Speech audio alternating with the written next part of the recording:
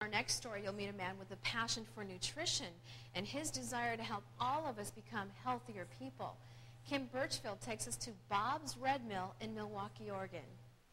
Bob Moore says it's high time people stopped eating fast and fatty foods. I mean, all these foods, they're not complete. They lack fiber, they are high in oils, and I think it's contributed very much to the fact that we have a lot of very fat people running around because they just simply don't eat right. He's baffled at the thought of public schools that offer such foods in school cafeterias. How can you teach good diet when you feed your children in the very school where you're supposed to be teaching things, when you feed them stuff that isn't healthy? I'm very confused by a lot of it, but I am determined that I'm going to continue to make what I perceive as healthy food, and that's what I do for a living.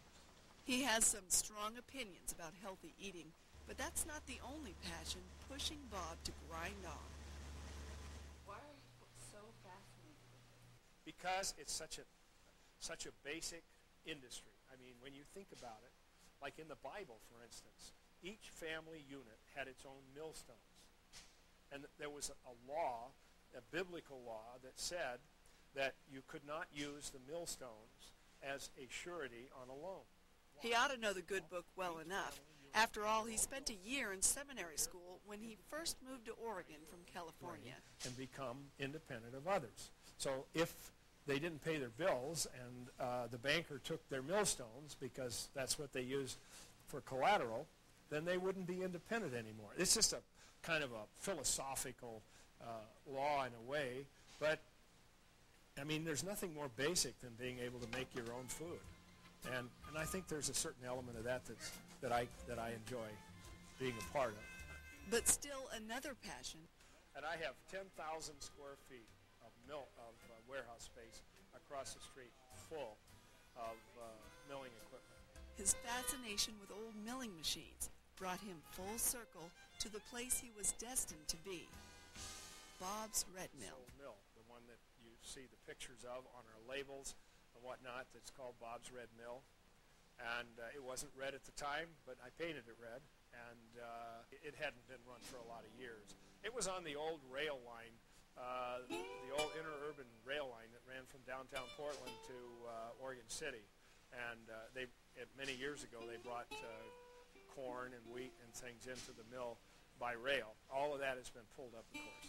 But it was a very historic old mill, and it was a nice part of my life. It was. He started the business in 1977. In 1988, arson brought the barn down, but not the business. A major setback. Still, Bob's Red Mill kept on churning.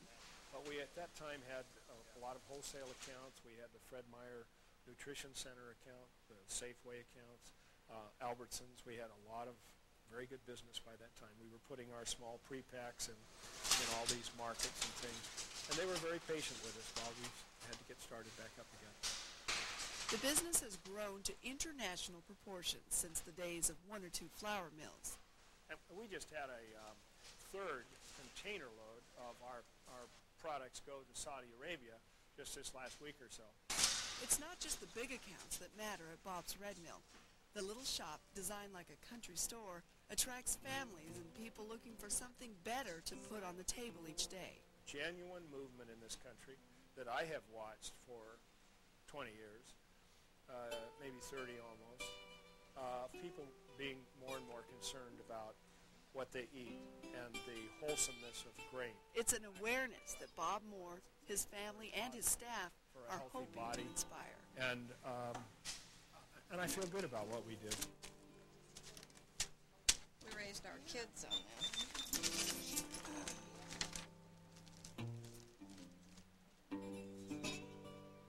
Now, Bob says it was actually his wife who first got him interested in natural foods.